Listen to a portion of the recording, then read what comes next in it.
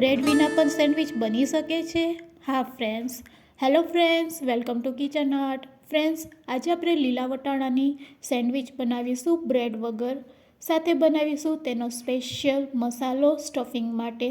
તો બધી ટ્રીક અને ટિપ્સ સાથે આજે આપણે એકદમ નવી રીત સાથે બ્રેડ વિનાની સેન્ડવિચ બનાવીશું. ફક્ત 15 મિનિટમાં બની જાય છે અને બાળકોની ફેવરેટ બની જશે. તો ચાલો રેસીપી શરૂ કરીએ. રેસીપી સારી લાગે તો લાઈક અને શેર કરજો. મારી ચેનલ ઉપર નવા હોય અને મારી ચેનલને હજુ સબસ્ક્રાઈબ ન કરેલ હોય તો સબસ્ક્રાઈબ કરી બાજુનું બેલ બટન દબાવવાનું ભૂલશો નહીં. તો અહીંયા સૌથી પહેલાં આપણે લીલા વટાણા લેવાના છે. અત્યારે વિન્ટરની સિઝનમાં ખૂબ જ સરસ લીલા વટાણા આવતા હોય છે.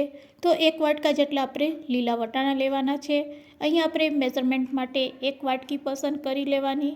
હવે આપણે એક મીડિયમ સાઇઝનું બટેટું લેશું. તેની છાલ દૂર કર્યા પછી આ રીતે ખમરીથી તેને લાંબી લાંબી સ્લાઇસમાં છીણી લેશું અને આ રીતનું આપણે છીણ રેડી કરવાનું છે. તો અહીંયા આપણું બટેટું છે તે છીણાઈને રેડી છે. તો હવે સ્ટફિંગ બનાવવા માટે આપણે ગેસની ફ્લેમ ચાલુ કરીશું. એક પેનમાં 1 ચમચી જેટલું તેલ એડ કરશું. તેલ સરસ ગરમ થઈ જાય પછી છીણેલું બટેટું તેમાં એડ કરશું. આ રીતે બટેટાને સાતરવાથી અંદરનું સ્ટફિંગ છે તે બિલકુલ કાચું નહીં લાગશે. હવે છીણેલા બટેટામાં તમારે કોઈપણ વેજીટેબલ્સ એડ કરવા હોય તે રીતે તમે એડ કરી શકો છો.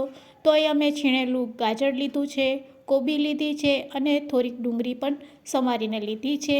થોડીક આપણે કોથમરી એડ કરશું. લો ફ્લેમ ઉપર બધી વસ્તુને સારી રીતે સાતરી લેશું.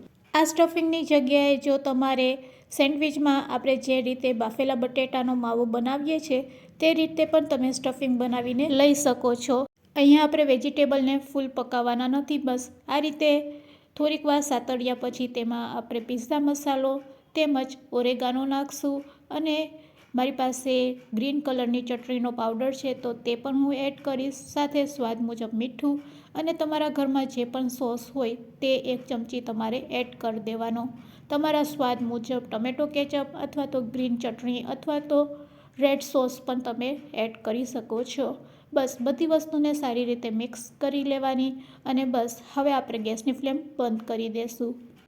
આ સ્ટફિંગમાં તમે રૂટિંગ મસાલા પણ એડ કરી શકો છો. હળદર, મીઠું અને લાલ મરચું એડ કરીને આ રીતનું સ્ટફિંગ રેડી થઈ જાય એટલે તેમાં કોથમરી આપણે એડ કરશું અને કોથમરી એડ કર્યા પછી આ મિશ્રણને આપણે ઠંડુ થવા માટે રહેવા દેશું. ઠંડુ મિશ્ર થાય છે ત્યાં સુધી હવે આપણે બ્રેડ બનાવવા માટે લીલા વટાણા લીધેલા છે 1 વાટકા જેટલા, તેને આપણે મિક્સર જારમાં લઈ લેશું. તેમાં આપણે એડ કરશું 1 સમારેલું લીલું મરચું, આદુના થોડાક ટુકડા અને 1 વાટકી ભરીને લીલી કોથમરી. બસ હવે તેમાં મીઠું એડ કરશું. થોડુંક પાણી નાખીને તેને ગ્રાઇન્ડ કરી લેશું અને એક પેસ્ટ બનાવી લેશું. તો અહીંયા આપણી સરસ ગ્રીન કલરની પેસ્ટ રેડી છે. તેને આપણે મિક્સિંગ બાઉલમાં કાઢી લેશું અને મિક્સિંગ બાઉલમાં કાઢ્યા પછી હવે આ મિશ્રણમાં આપણે 1 વાટકી જેટલો રવો એડ કરવાનો છે. તો અહીં આપણે જેટલા વટાણા લીધા છે તેટલો જ રવો એડ કરવાનો છે. 1 વાટકી વટાણાની સામે 1 વાટકી જેટલો ઝીણો રવો લેવાનો છે અને બંને વસ્તુને આપણે પહેલાં મિક્સ કરી લેશું.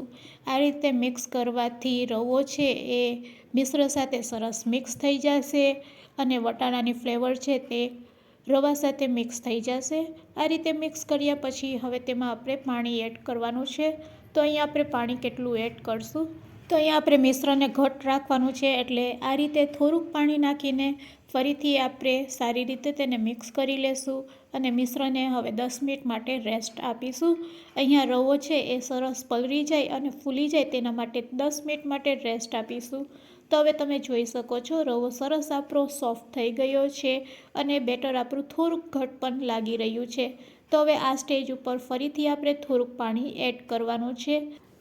તો બ્રેડ માટેનું બેટર આપણું રેડી છે. તેની થિકનેસ બતાવું છું. બસ આ રીતે ચમચામાં લીધા પછી આરામથી તે નીચે પડે એટલે સમજવાનું કે આપણું બ્રેડ માટેનું બેટર છે તે રેડી થઈ ગયું છે.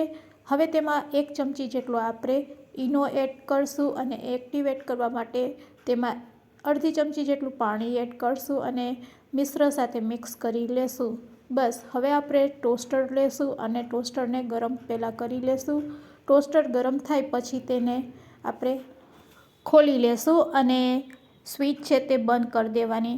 ટોસ્ટરમાં આપણે તેલ લગાડી લેશું. રેડી કરેલા મિશ્રમાંથી થોડુંક મિશ્ર આપણે આ રીતે લેશું અને આછું લેયર આ રીતે આપણે બનાવીશું. તો આ રીતે બ્રેડ વગર આપણે સેન્ડવિચ બનાવવાના છે, જે ખૂબ જ સહેલી છે અને બાળકોની ફેવરેટ બની જશે. તો નીચેનું લેયર આપણે આછું રાખવાનું છે, પછી સ્ટફિંગ ભરવાનું છે અને આ રીતે સ્ટફિંગ ભર્યા પછી ફરીથી આપણે એક ઉપર લેયર કરવાનું છે. તો આ રીતે આપણે ગ્રીન સેન્ડવિચ બનાવીને રેડી કરીશું, જે બાળકોને એકદમ યુનિક લાગશે અને ખાવામાં તો એટલી ટેસ્ટી લાગે છે કે વાત ન પૂછો. વળી બનાવવામાં પણ ખૂબ જ સહેલી છે. જ્યારે પણ મન થાય અને ઘરમાં લીલા વટાણા હોય તો આરામથી આ સેન્ડવિચ તમે બનાવીને એન્જોય કરી શકો છો. ખૂબ જ ટેસ્ટી લાગે છે અને બનાવવામાં પણ ખૂબ જ ઇઝી છે.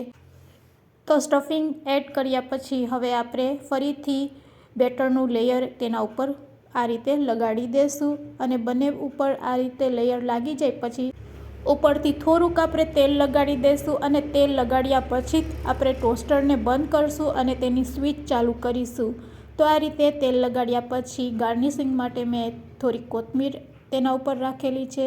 હવે ટોસ્ટરને આપણે બંધ કરી દઈશું અને ગ્રીન લાઇટ થાય ત્યાં સુધી આપણે વેઇટ કરશું. ગ્રીન લાઇટ થઈ ગઈ છે. ટોસ્ટરને આપણે ખોલી લેશું. તો સરસ આપણી સેન્ડવિચ છે તે રેડી થઈ ગઈ છે. તો આ સેન્ડવિચને આપણે ફરીથી એકવાર પલટાવીને ગરમ કરી લેશું, એટલે અંદર કોઈ પણ પ્રકારની કચાશ હોય તો આપણે તેને દૂર કરી શકીએ. તો ફ્રેન્ડ્સ, ફરીથી એકવાર ટોસ્ટરને આ રીતે બંધ કરી દેશું અને 30 સેકન્ડ થાય એટલે ટોસ્ટરને આપણે ખોલશું. તો ફ્રેન્ડ્સ, 30 સેકન્ડ થઈ ગઈ છે. ટોસ્ટરને હવે ખોલી લેશું. તો ફ્રેન્ડ્સ, ઓલમોસ્ટ આપણી સેન્ડવિચ છે તે રેડી થઈ ગઈ છે. તો ચાલો તેને આપણે ટોસ્ટરમાંથી કાઢી લઈએ અને ગરમા ગરમ ગ્રીન ચટણી અથવા તો ટમેટો કેચઅપ સાથે તેને સર્વ કરીશું. ફ્રેન્ડ્સ, આટલી ટેસ્ટી અને હેલ્ધી છે કે વાત ન પૂછો. મારા બાળકોની તો ખૂબ જ ફેવરેટ છે આ સેન્ડવિચ. તો ચાલો ગરમા ગરમ આ સેન્ડવિચને આપણે કટ કરીને પણ જોઈ લઈએ. તો ફ્રેન્ડ્સ, એકદમ પરફેક્ટ આપણી સેન્ડવિચ બનીને રેડી છે. અંદરથી પણ ખૂબ જ સરસ પાકી ગઈ છે અને સેન્ડવિચનો મસાલો છે તે પણ ખૂબ જ સરસ લાગી રહ્યો છે. તો ચાલો ગરમા ગરમ આ સેન્ડવિચને આપણે ટમેટો કેચઅપ સાથે સર્વ કરીશું. તો ફ્રેન્ડ્સ, આજની રેસીપી કેવી લાગી તે કમેન્ટ્સમાં જરૂરથી કહેજો. રેસીપી સારી લાગી હોય તો તમારા ફ્રેન્ડ્સ, મિત્રો અને ગ્રુપમાં શેર કરવાનું ભૂલશો નહીં. વિડીયોને એન્ડ સુધી જોયો હોય તો એક લાઇક જરૂરથી આપજો. મારી ચેનલને હજુ સબસ્ક્રાઈબ ન કરેલ હોય તો સબસ્ક્રાઈબ કરી લેજો. સબસ્ક્રાઈબ કરી બાજુનું બેલ બટન દબાવવાનું ભૂલશો નહીં, જેથી કરીને તમને મારા નવા વિડીયોનું નોટિફિકેશન મળતું રહે. Thanks for watching. આવી નવી જ રેસીપી લઈને ફરી મળીશું એક નવા વિડીયો સાથે. Thanks for watching.